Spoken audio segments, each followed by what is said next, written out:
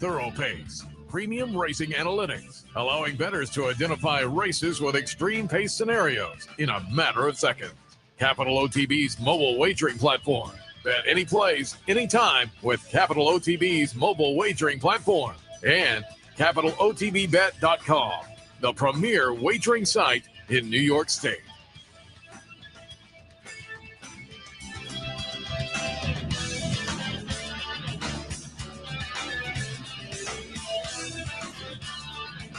Good morning, ladies and gentlemen. Welcome to the Handicappers Report alongside Seth Merrow. I am Anthony Mormino coming to you live from the backstretch of Saratoga Race Course in front of Clare Court. And it looks to be improving weather-wise, but the damage has been done. We are off the turf.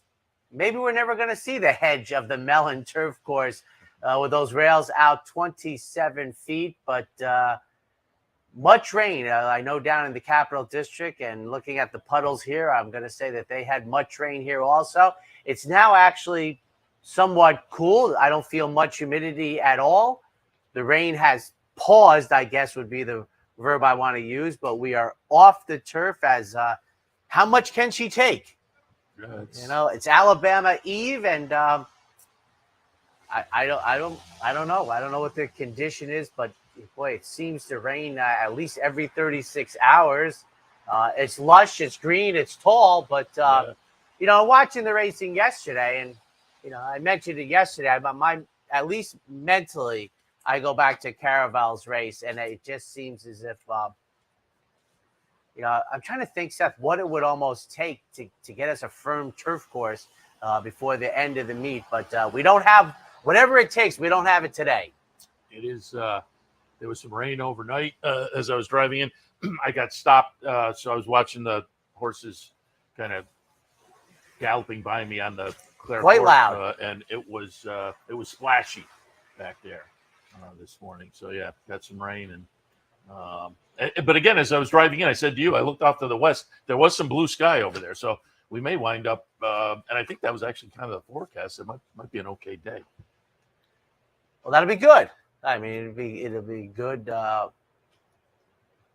We'll be off the turf. We'll probably have you know, a significant number of scratches. We'll certainly find out in about 2 hours. But you know, at least for the folks that come up, I mean, you make adjustments to your handicapping. You make adjustments with the scratches, changes surfaces and stuff. We adjust the camera for you, good folks, and you know, we'll play on. But it's always, you know, I always wonder, the backyard gets a little muddy, doesn't it? I would say for the people. So backyard is funny. You come in the first day, nice green. Oh yes, and then it doesn't take about a week. Well, our area here is lush and green when we move in as well. So yeah, things change as the season goes along. No question about it. Let me remind you, coming up over the next few days, Capital OTB. Clubhouse Racebook today. It is a $100 trifecta challenge. That's down at the Racebook, 711 Central Avenue in Albany. The bounty bet today, play the late pick 5 right here at Saratoga with your Capital OTB bet account, and you get a shot at the bounty. Also today, about noontime, the show pool entries should open up, and I will be aiming to make some magic happen on Sunday. Got a little something going last week before we faded, but again, the entries will open up. Folks will be randomly selected from the team, and it fills up quick. So it opens up at about noon and then closes early tomorrow. So keep that in mind for show pool entries. And then tomorrow, it's a fan appreciation day at the Queensbury branch. If you're a patron out in that direction, stop by so we can say thank you to you. $100 play the board contest tomorrow at the Clubhouse Racebook, and on Sunday, match bet and exacta board at the Clubhouse Racebook, 711 Central Avenue in Albany. And don't forget, up here today, if your life desire was to look like Gilligan with a Saratoga theme, it's the bucket hat giveaway today. That is not in my wheelhouse, but I know a lot of people were looking just forward to it. the other day, you said any cap is a good cap for you at this point in life, but apparently that's not the case. No, I made it up if I said that, because the bucket look, I don't think is me. I'm pretty sure it's like a very small group. It's interesting that there are people that the marketing came up with it, but people that seem excited about it. And if you are, bucket cap giveaway today. Is that right up here at the racetrack? Is that the final one, or is there? No, there's still the tote bag, I think. And the tote bag, going back 40 plus years, has always been popular. Yeah. So the tote bag. We had the performance tee. I got the water jug. I will neither get the bucket cap. I don't mind them. Our son actually loves them. But there you go. Yeah, I won't be picking it up for him. Maybe he'll come up and get it himself. I don't know. Maybe he has to work today. Oh, here comes the sun. We're having a George Harrison moment. You can see it behind us too. Yes, I mean, like I said, I think for the fans, this is going to be a very nice Alabama Eve. I mean, they'll just come in, they'll start scratching off the things, and we'll bet horses all day. So, kudos to them. But we'll get the changes. I was trying to think. Remember a couple of years ago, this happened that the weather was so bad they just didn't even card turf races they didn't draw turf races for a couple of days. It was very odd because if you've been around a long time, this is one of my favorite things, Seth, that people, there's no way you could imagine this. But in the late 70s and early 80s, we didn't have turf racing on the weekend because they put the boards up so we could walk across the turf courses to get to the infield. Brian Natto, our friend and colleague, couldn't believe that was true because he's much younger than us. So one day I don't know if it was probably the 82 Travers we ran it, which was one of the final days we had the infield open. And I said, you got to watch quickly because there was 2 board setups. And he's like, what is that? I said, they had wooden boards set up so we wouldn't walk on the turf course. He goes, but that's how minimal turf racing was that they could card none on weekends. It wouldn't be a problem. Yeah, it wasn't as popular. Hard to believe these days, but it wasn't as popular then as it is now. No question about it. Yeah, but I remember.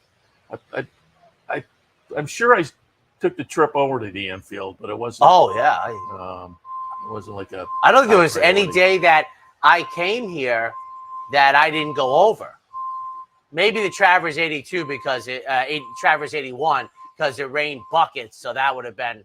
But almost every day, it was a great place to go when you're like 0 for 4. Just go over for a little inside. They had picnic tables. They had mutual windows. You remember the boards that we used to have here that had the odds and the mutuals, right? Well, on the other side, you could bet. So you could really – I don't remember food being over there. There was a first aid tent. It's on old videos. It's the old yellow and white one. If you ever see – Aludar and Affirmed or things like that yellow and white one was first aid. I loved it. I would say maybe Travers Day 81 might have been the only day, which is probably one of the 3 wettest days I've ever been here. Probably the only day I didn't go over there. I was sad when I came up in 83 and because information was different in those days and there was no infield because you had to cross there was a timing, I want to say 20 minutes maybe that they cut it off because the horses are going to come out. I'm like, well, where's the thing? They go, no more infield. And then they left the picnic tables up for a decade. Then they finally got the picnic tables out of there. You can see the picnic tables in 89, 90. Just to taunt you.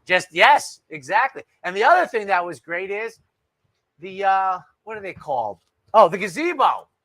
You go sitting and everything. It was great. All gone. So's my youth. So's my brown hair. Still there, right? Yeah, but you can't go in. Now it's taunting you still. When they start the steeplechase races. Oh, yeah, great. Right over there. Yeah, I guess so. I'll take your word for it. We're going to have 2 next week? I don't know. I don't know how that's going to shake out. We'll see.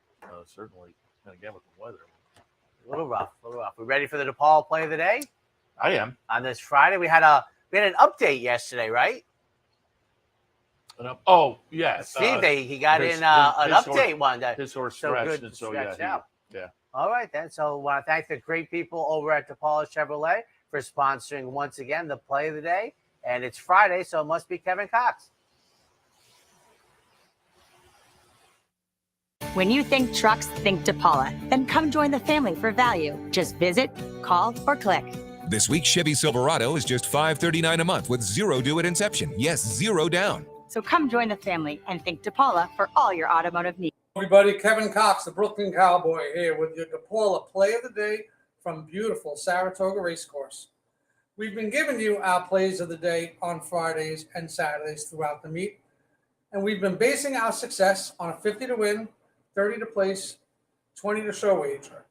And after showing a flat bet profit last year, we're just about at the break-even point this year. Our play of the day today will be in race 2, the number 1, Racing Colors. It's not very often that we're digging the prospects of a 4% jockey-trainer combination, but we see this 12 to 1 shot being no worse than third in today's spot. 4-year-old comes in off the best turf performance of her career. And while she's only raced twice on the stuff, the buyer figure far supersedes what we feel she was capable of given her breeding for the turf. Knowing that, we feel comfortable in prorating that number, which we often do, to her finest effort on the dirt. And the figure we got from doing that puts us smack dab in the middle of things this afternoon. So once again, our DePaul play of the day is in race 2, number 1, Racing Colors. And we'll see you at the track. When you think trucks, think DePaul. The all-new 2024 Chevy Trax is here. Bigger, roomier, seats 5, and lots of technology. And just $449 a month, 0 down. So come join the family and think DePaul for all your automotive needs.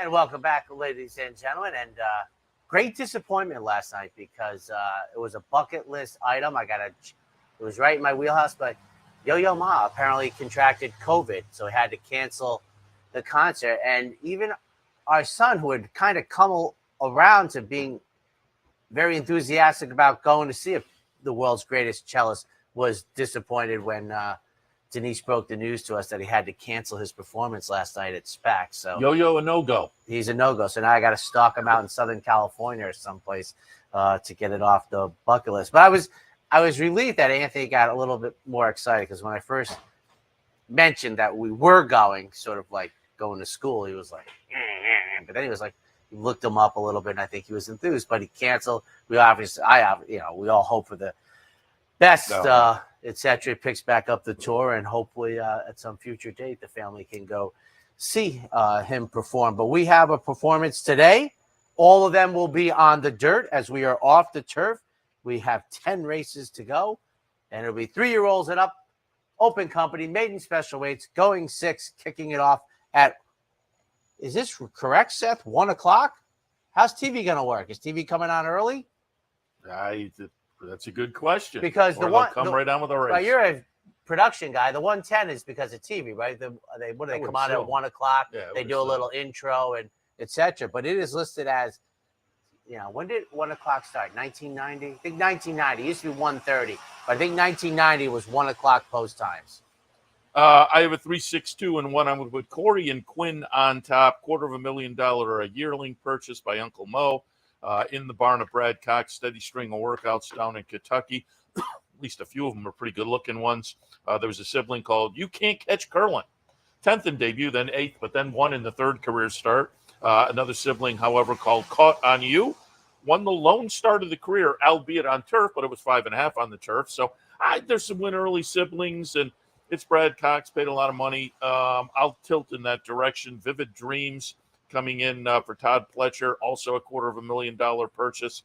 A little bit intriguing. Oh, I should, because I put it in the Times Union today. Interesting stats on Brad Cox with first-time starters up at Saratoga. Okay. Last 3 years, as you parse them out, they became interesting and maybe a little bit obscure. But first-time starters the last 3 years, 5 for 27, 19%, 56% of those in the money. So 5 for 27 overall with first-time starters. Parse that out to dirt sprints, 4 for 19, 21%. But you parse it out to 3 years old and up, take out the 2-year-olds, it's 1 for 1. So maybe that bodes well this afternoon for Corey and Quinn. As I say, a little bit obscure when you get down to that 3 and up stat. But Vivid Dreams in the second spot, as noted. Nice improvement, start 1 to start 2. That was from November until July. So seems like an improved 3-year-old now. Further improvement doesn't seem out of the question. And certainly off the last couple of buyers, I think people are going to take a look at Spun Special. But do note, those were on the turf. The horse may just be a little bit better on the turf. Might be getting better. Maybe a combination of the two. but I needed a little proof before I tilted in that direction with the move back to the dirt. So for me, it is 3-6, 2-1. I went 8-6-3. I see white chocolate not in your mix, but that's fine. They're making the second career start. Debuted in the middle of December down at Fairgrounds, changed barns. I City of Light, Young Stallion, Luis Saez. I'm on the outside. I showed good order speed in the debut. We might have a tactical advantage out there. We will see. I took the first timer that you have on top, Corey and Quinn. Many of the reasons you said. I mean, it's just hard to imagine he's not going to run well on debut. And for third, number 6, Vivid Dreams for Todd Pletcher, making the second start of the year. Third career start, beaten favorite on return. IRED has the mount 8-3-6 in the opener. I was just looking at yesterday's charts. I know Andy Sterling, David Aragona, apparently Andy had a tremendous day yesterday. I think 7 for 9, 7 for 10. 8 for 10, maybe. I think 8? David. He had 8 winners, I think, and his top choice finished second in the other 2 races.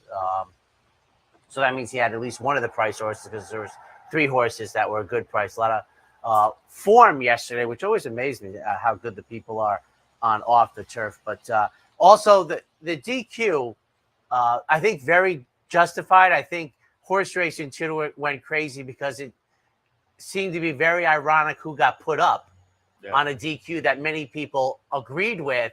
But it seems as if when the roles are reversed, he's not taken down. And I think that is horse racing Twitter being nails on, not off the rails.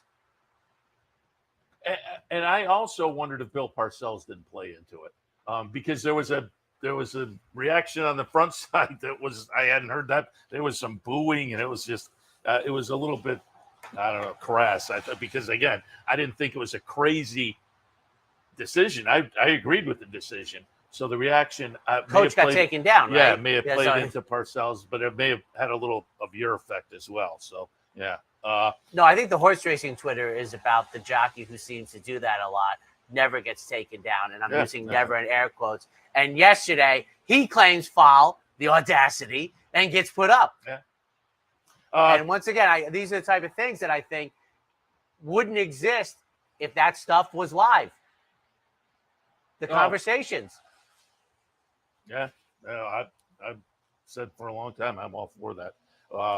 Apparently, we're the only 2. No, I think that well, we just can't get to the tipping point. Everyone in Hong Kong or Australia, one of the jurisdictions in the Pacific, does broadcast the conversations, talking about after a race between stewards and jockeys. I have a question, because what do you think the holdup is? What do you think the pushback is? Because it sounds like you only got to hit a switch. Well, no, it'd be more complicated than that. But I don't know whether there's any conversation taking place on that. As I say, so we are the only 2 that want it. No, I think other people want it. There's no conversation amongst the people who would have to make the decisions to do it. I don't think racing jurisdictions, not just here, all over the place, don't. It's not a priority for whatever reason. Second race today, $14,000 B condition claimers going the 1.5 turn mile. This is a rough field. I went against. I hate myself. No, only kidding. Under no circumstances should I have made it 6-4-5. I probably just the chagrin over Wednesday and Thursday's performance, probably, but that it is what it is. I put it in there that T-Max gets my top pick coming in from Ellis. You've talked about Linda Rice's Kentucky claims. This is one of them for $30,000. For second, I have Acel Rose going out for Rob Atras, who has had a quiet meet, albeit. And for third, Luca for Linda Rice, the other Linda Rice horse. This one at 5-2. Second off the claim. This not a Kentucky one, a New York one, though, but 6-4-5. The only thing that I'm happy with is that I do think this is a race, Seth, where the race, Linda Rice seems to have a stranglehold on this race. That there seems to be 3 have-nots in a short field here that you would think that wouldn't be the case. But I think Linda has the race surrounded? I have yeesh written next to both Yeesh! the 5 and the 6. T-Max comes off the $30,000 claim and comes back for 14, and the $30,000 race was an absolute dud as the beaten favorite. So yeah, I mean, and there are stakes performances. So might run away and hide from this bunch, but it's a tough go. Same, very similar situation on Luna Loca, who was claimed for 40, tossed in a dud at 40 off the claim, and now goes back for 14. So I land on Axl Rose, who won last time down at Monmouth, but for half the price, or a little touch more than half the price. I go there without much confidence, without any confidence. I just thought this was a rough group to feel good about, no matter what direction you went in. But for me, in the second, 4, 6, 5, and 7. Now, here's a question. I think it's possible that T-Max will be above even money. I mean, I think a lot of people are going to have the same that you alluded to, and that I kind of was on to put it the one down. I don't know, though. I think, again, it clearly is the class of the field. Yes. But you have to get past the last 2 races. But I think people, again, it's not much of a field. I think the horse will take plenty of action. Really? I think so. I feel even worse. Thanks for making me feel worse. That's great.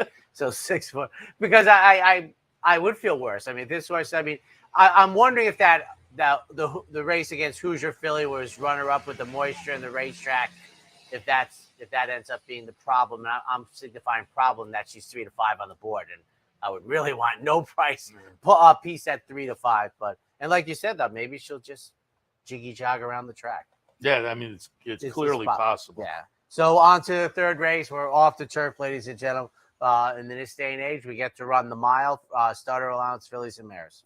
I wound up with my same top pick, turf and dirt, but I do have some different picks underneath. I have it on dirt, 5, 7, 12, and 9. I put Don't Mess with Tess on top.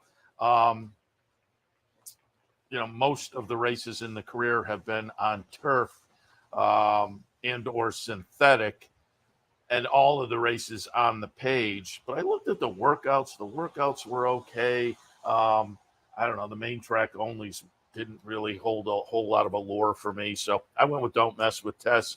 Western Lane in the second spot. There's some dirt numbers underneath that I thought were good enough to perhaps contend here. And then I did go out to a couple of MTOs. Shigeko, who maybe is a little bit live with some back numbers that are okay. And Pout also. Hard to go off the last few. But, again, they get what they want here. So it's another race where I'm rolling the dice a little bit. But 5, 7, 12, and 9. I don't think this will happen. But, Seth, I could make a case, I think, where the entire main body would come out.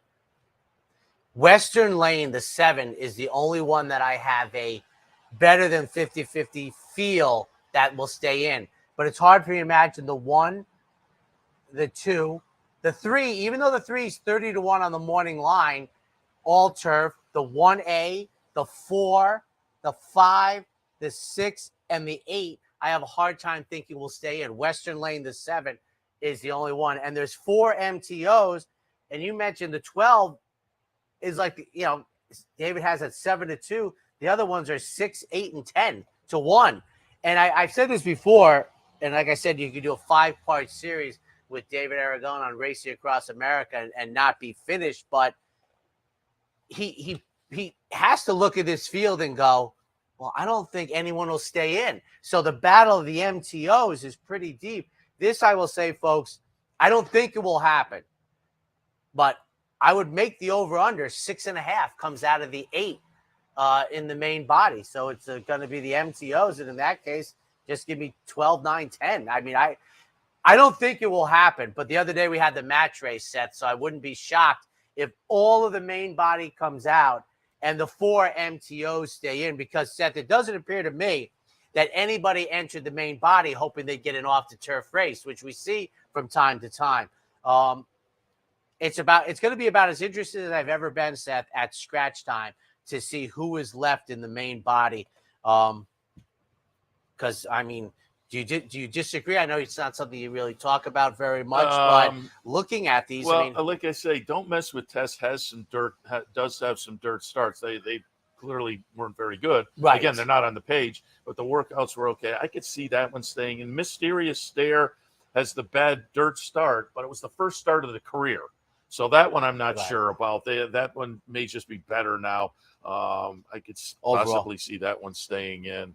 My only thought is if you think you have like Mysterious Stare, because I think you make a great point, but I also think right now they might think we have a okay turf horse, and I just don't want to try it.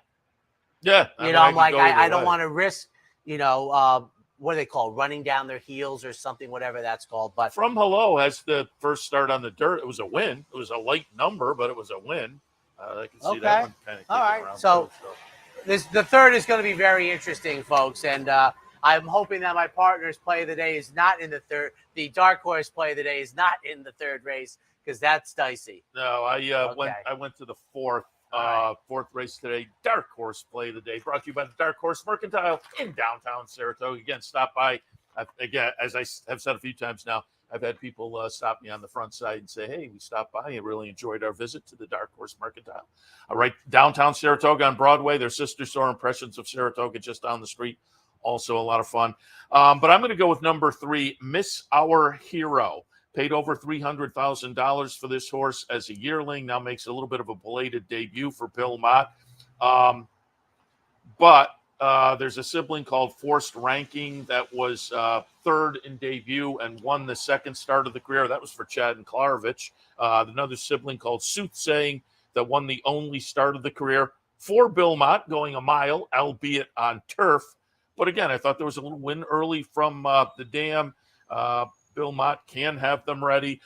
Steady string of workouts. I thought the horse was a little bit interesting in a field where there are a couple of others stunningly, maybe the one to beat for Steve Asmussen, a revolving credit for Chad Brown and Klarovich, the aforementioned, also has a little breeding that says this one may win sooner rather than later and got some experience last time. So interesting field, but I thought Miss Our Hero might add a little bit of value and had some of that win early breeding to take a little pop. Dark horse play of the day today, race 4, horse number 3, Miss Our Hero. All right, take a quick break as the sun is getting sunnier. Well, the sun is probably constant. So even though it's changing, that's the worst sentence I've ever uttered on the Handicappers Report. It seems to be getting nicer out. I'll leave it at that. We'll take a quick break. We'll be right back. It only takes one upset to make history, and now you can be part of Saratoga's long tradition at the Dark Horse Mercantile. The Dark Horse Mercantile offers a carefully curated selection of clothing, gifts, and home decor, from one-of-a-kind vintage racing memorabilia to select brands like Barber and Under Armour, as well as exclusive Dark Horse branded merchandise. So celebrate the Dark Horse in all of us at the Dark Horse Mercantile, downtown Saratoga, where the smart bet is always the Dark Horse. For more than 4 generations, Bruce Cerrone and his family have continued the 101-year tradition of delighting their local following and faithful summer crowd with the finest authentic Italian recipes. Classic Italian dishes made with the freshest ingredients, served in a home-like setting. Some things have changed in the last 101 years, but not Pinnell's commitment to the finest in Italian cuisine. Pinnell's Italian Restaurant, a Saratoga tradition since 1922. 284 Jefferson Street, just minutes from the track. Capital OTB is now streaming live on Roku. The RTN Racing channel on Roku lets you watch OTB TV live through your Roku device or your Amazon Fire Stick, rather than being limited to computers and mobile devices, which means you can now watch OTB live wherever you are. Simply open Roku, scroll to find the RTN channel, then click on OTB TV. OTB TV on Roku. Try it now. Welcome back to the Handicappers Report on this Friday morning. Now a sunny Friday morning. As I drove in, it was still overcast, but I could see some blue sky, and it has now come overhead. It's turned out to be potentially a nice morning into a nice afternoon after some rain, and that rain overnight led to off the turf today here at Saratoga. But we were scheduled for the main track for the 4th, so that all stays together. It's the 1.5 turn mile coming out of the chute for maiden special weight weight runners, fillies and mares, 3-year-olds and up. 4, 8, 1. I think the 4 and the 8 and the 1 kind of stick out in this field. And stunningly is the veteran of that group, making the 6th career start, third one since April. Beaten up here by Portage the other afternoon. That this will be the 3rd start in a cycle for me.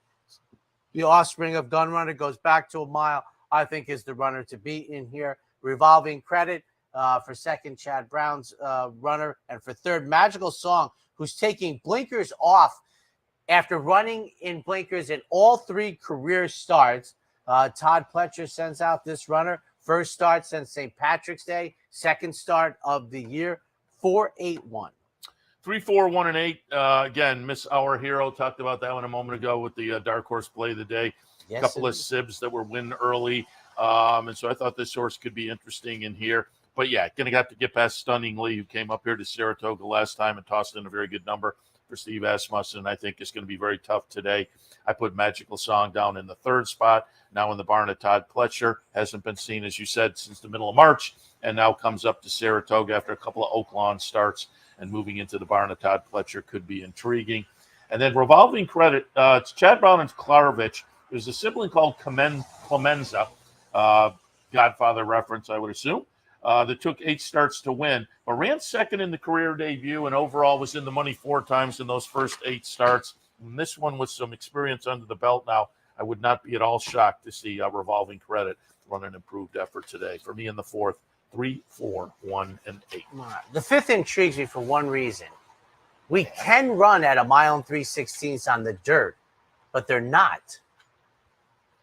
They're going to run at a mile and 8. That seems, why would we do that? You can run at a mile and 3/16 on the dirt. I don't know. I'm sure there's some reason, but I can't think of it. I don't know. But it's being shortened up, and they have. I understand the mile and 3/8. We can't run it on the dirt, so they shortened it to a mile and a quarter. But trust me, all fans of Winter's Tale know that we can run a mile and 3/16 on the dirt here, but they are not. I think the Naira Twitter feed said that they'll run at a mile and an 8th, race 5 off the turf, entry level allowance. 11, 10, 5, and 9 for me. I did go out to the MTOs for my top 2. Paddington for Linda Rice comes in off a couple of front-running scores. 2 starts back at Ellis, was claimed out of that, and then came up to Saratoga and went in a starter allowance and ran an improved performance. I mean, a horse that just seems to have gotten better with each start of the career so far. And so seems logical getting the situation they want this afternoon with the main track only status. Krupe in the 2nd spot, Todd Pletcher runner. They got ambitious earlier this year off some promising efforts, particularly the Maiden Breaker back in January, but that had them down chasing the Risen Star, and then the Wood Memorial did not do much there as still a maiden, but then went down to Monmouth and broke the maiden. And now again, I think they get a snug little spot here to try the first condition with the main track only situation. That said, they will be stepping in against older. The Maiden Breaker was 3 and up, but the earlier races were not. And again, this is a 3-year-old facing some saltier company, perhaps. In the 3rd spot, I'm going to go with Royal Spirit. We had okay last time in an off-the-turfer right up here at Saratoga, and I think off of that is a contender this afternoon. For me, on the dirt, 11, 10, 5, and 9. There's 9 in the main body set that I would set the number at 5.5, and that's being conservative, that come out. I think the main body, the 1, the 2, the 3, the 4, the 5, the 6, the 7, they're highly suspect to me to stay in.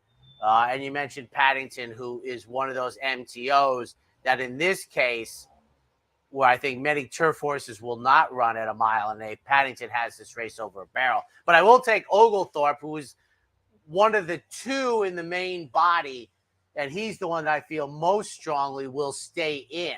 So I have it 11, 8, and 10 in a race that I think will be pared down decidedly to field size. Well, you say most strongly. You know Royal Spirit's staying in off of that last one. Yeah, so they,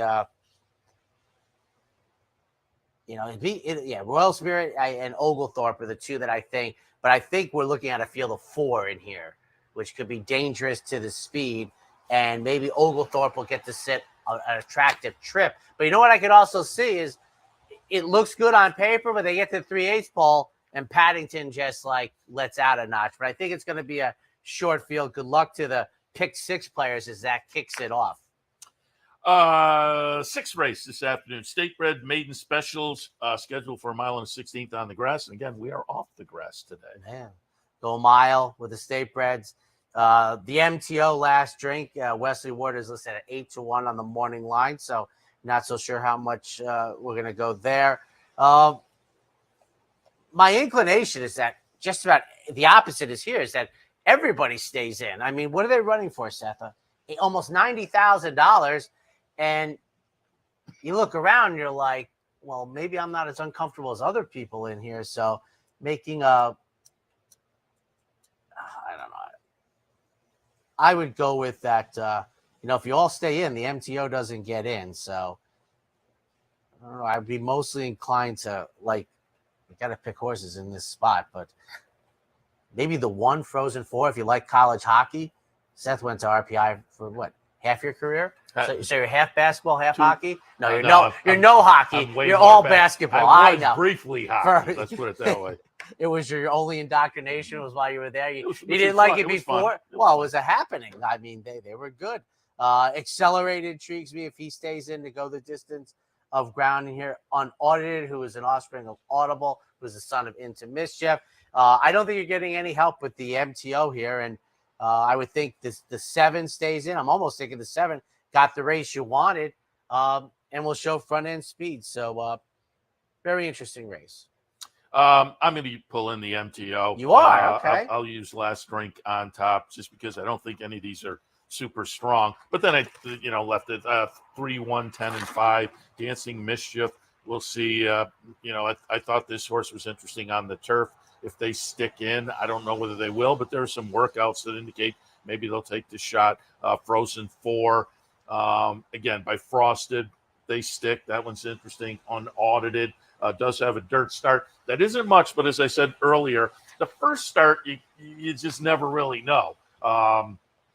So maybe the horse has just gotten better, and if they stick, okay.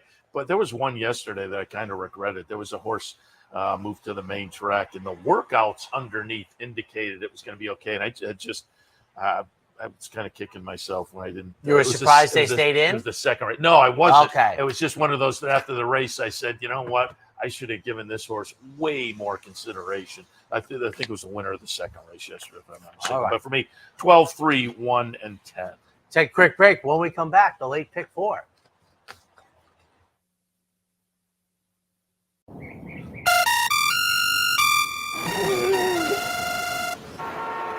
Come on. I want sales reports on my desk by Monday. Whoops, my bad. Love racing?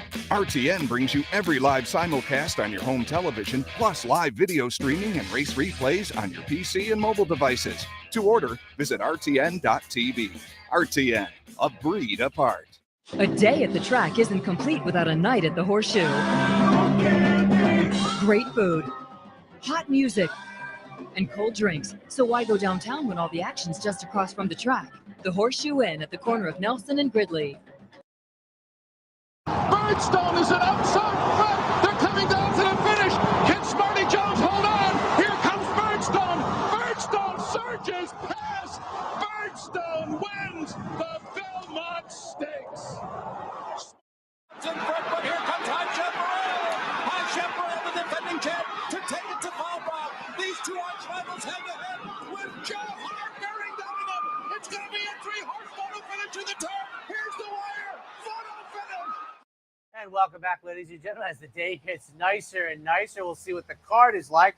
But we do have a mile and 3/16 dirt race. Oh, there you go. Race number 7. That's funny then. Yes, it is.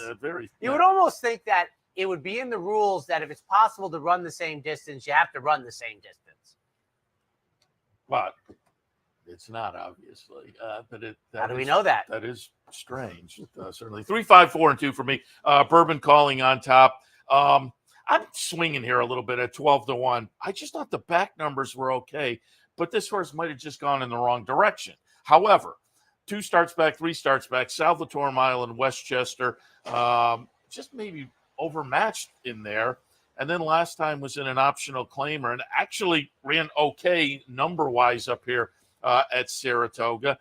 And so I thought, I think it's possible we get to some of those numbers a little bit earlier this year. And if we do, Bourbon Calling could be interesting at a price. So I'll put that one on top. Costa Terra, 9-5 on the morning line. And this one, as opposed to my top pick, has nice recent form, including a triple digit last time. We get to that, lights out. Costa Terra is the one to beat. But again, that triple digit kind of stands out. So I didn't know whether that was going to be backed up by another one of those performances. And if this horse comes back to more consistent numbers, doesn't stand out particularly from this bunch. And then Speed Bias on the front end may be interesting today.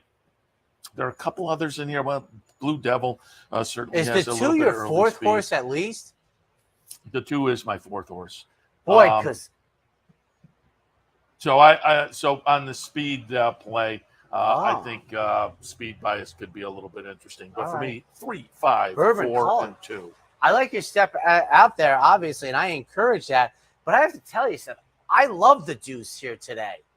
I think the last race is better than it looks on a.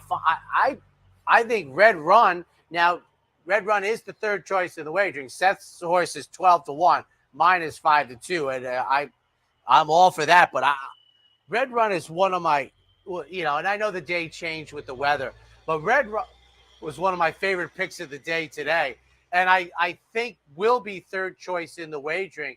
But I thought the Suburban was good enough in here. The distance is not a question for me. I like Red Run very much today. Costa Terra comes out of an off the turf 10 furlong race. Ran lights out. Speed Bias is in here. Seth's Bourbon Calling. But I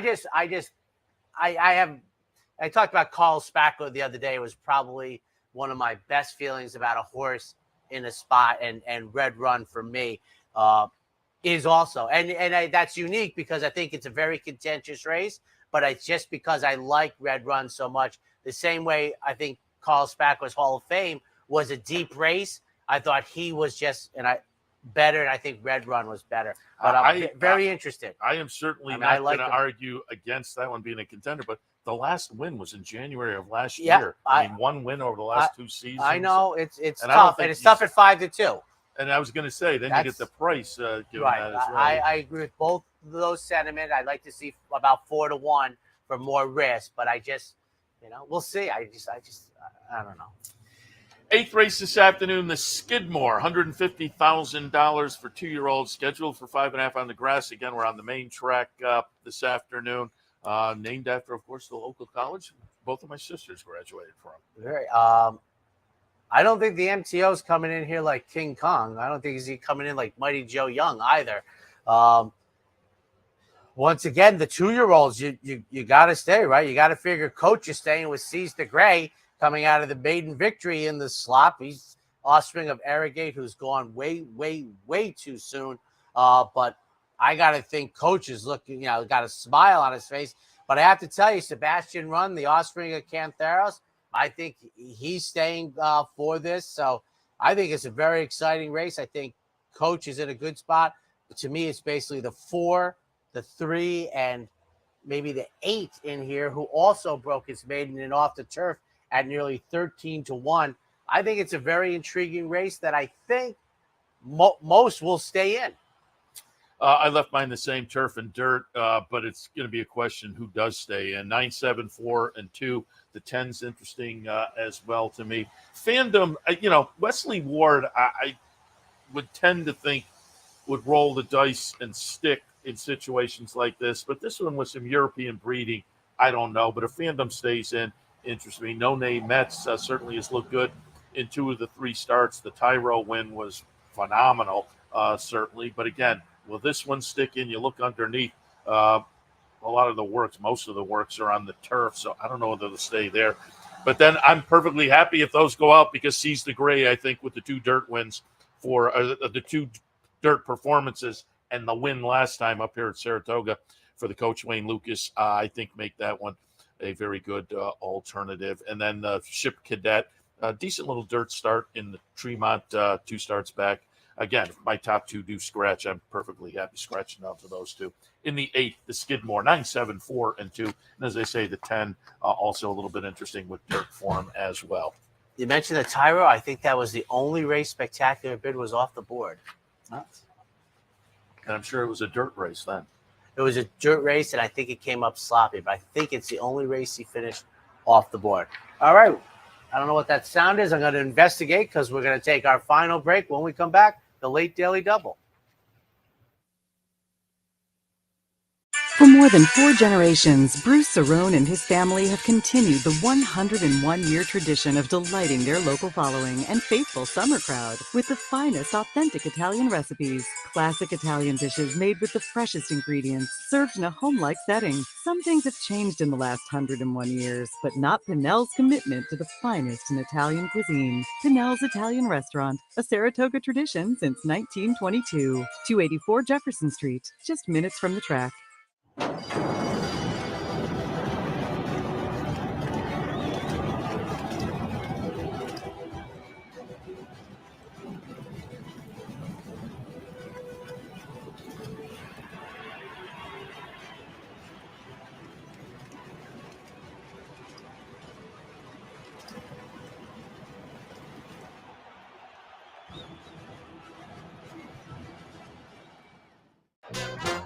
The only thing better than watching the races is watching your own racehorse. With nearly 20 years experience in the racing industry, Bonaventure Stables' share-based ownership program enables everyday fans to become part owner of a thoroughbred for far less than you might think, with all the ownership perks at Saratoga, Belmont, Aqueduct, and other great tracks. Experience the thrill and lifestyle of owning your own thoroughbred racehorse. Learn more at bonaventurestables.com.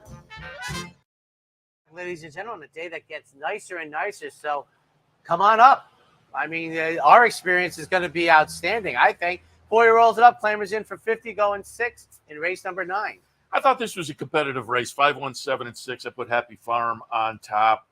Claim 2 back, ran well at this level in and amongst this group last time, and I just thought with that one under the belt for the new barn, Rod Ortiz hops on board. We'll put Happy Farm on top. 7 Nation Army in the second spot off a good try last time. Claimed out of that and does move up. That's going to be the question mark, but certainly did it in a fashion last time that says the horse will fit with this group. And then in the third spot, C's Get Degrees. Lots of early speed that may be potent this afternoon. Claimed last time. Claimed away from David Jacobson. But again, another one that's in good form. Tossing numbers pretty consistently recently that match up nicely with this group, and I think it's going to be a player in with this bunch today. 5, 1, 7, and 6. And this is another horse that I'm sitting on. I agree with you that it's a competitive race, just as the previous one. But the horse I like very much. Happy Farm. This barn is pretty sharp, and I go back. COVID was 3 racing seasons ago. But I try and think almost like 2 racing seasons before that. So the last 5 years, it's a sharp group. And they have Irad in the saddle today, and I like Happy Farm very strongly today. Powerfully built, comes over from Jersey, has good early speed, and 7 Nation Army claimed in back-to-back races. This time claimed for 25 for Gustavo Rodriguez. I think is live in this race. Seth has it for second. I have him for third. But this is another race where the horse I have on top, I like very strongly in a race that, horizontal players probably won't be able to single. But 5-3-1 for me in the 9th. Yet another off the turf for the finale today, scheduled for 10 after 6. State-bred allowance runners. And again, it was scheduled a mile and 16th on the grass, but now we're over on the main track. At a mile, right? So we'll be a mile, and they're picking up the pace. They're going to go at 6:10 versus 6:18. Remember, Del Mar, we have a pick of the day. Their Friday is 3:30 post time, their time, so 6:30 for us, which I like because it just falls right in Saratoga. It's like the next race for me. Takes me through dinner hour. It's almost like I have TV dinners, the old days of the 70s, watching my Swanson. But yes, my wife's like, would you sit down? And I go, it's Del Mar on Friday. I like a horse early in their card.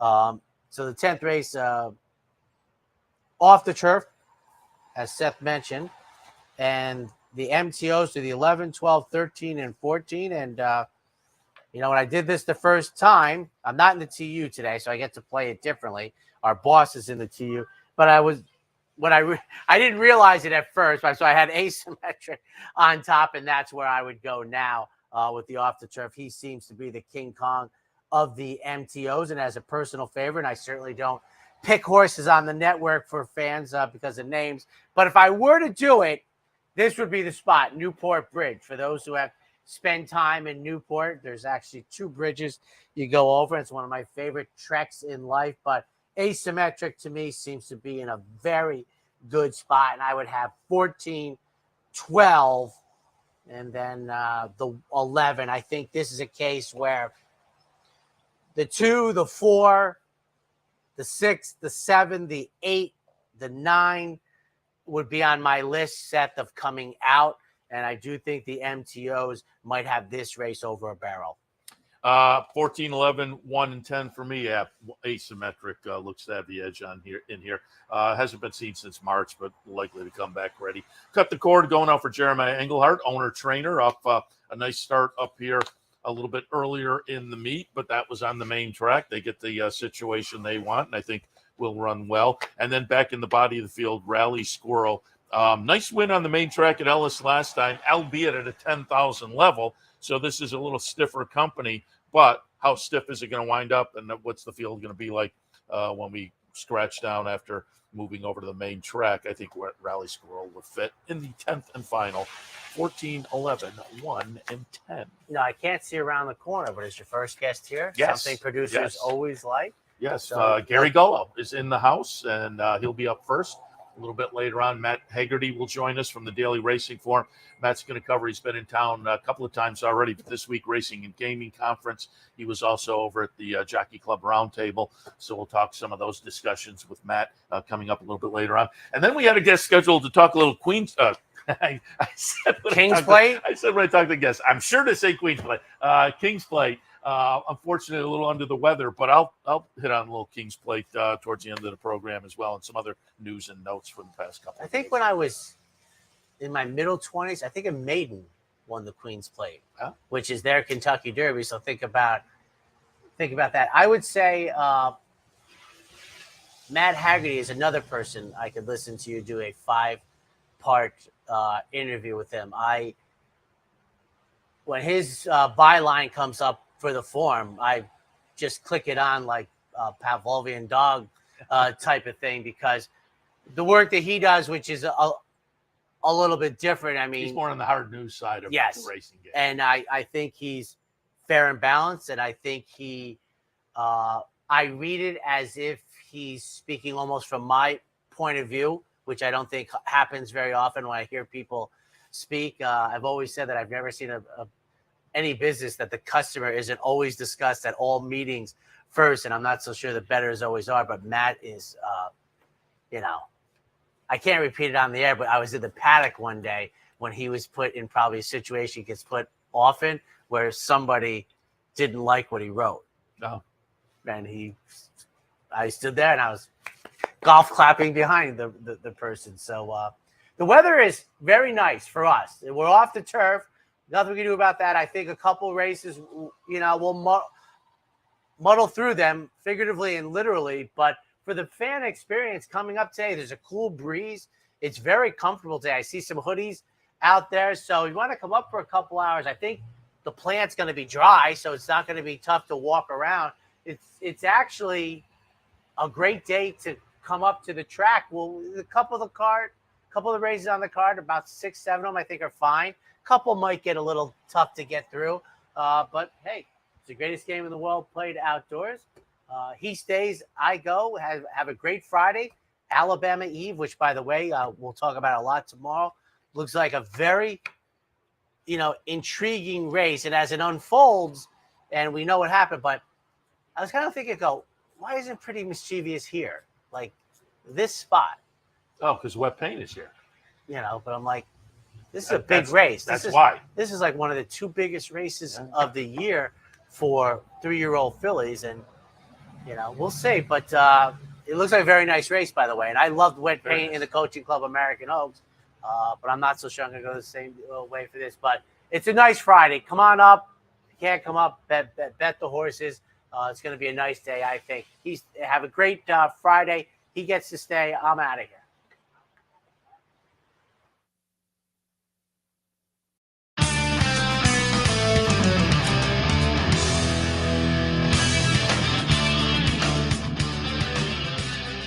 You've been watching the Handicappers Report. The Handicappers Report has been brought to you by Thorough Pace, Premium Racing Analytics, allowing bettors to identify races with extreme pace scenarios in a matter of seconds. Capital OTB's mobile wagering platform. Bet any place, anytime with Capital OTB's mobile wagering platform. And CapitalOTBBet.com, the premier wagering site in New York State.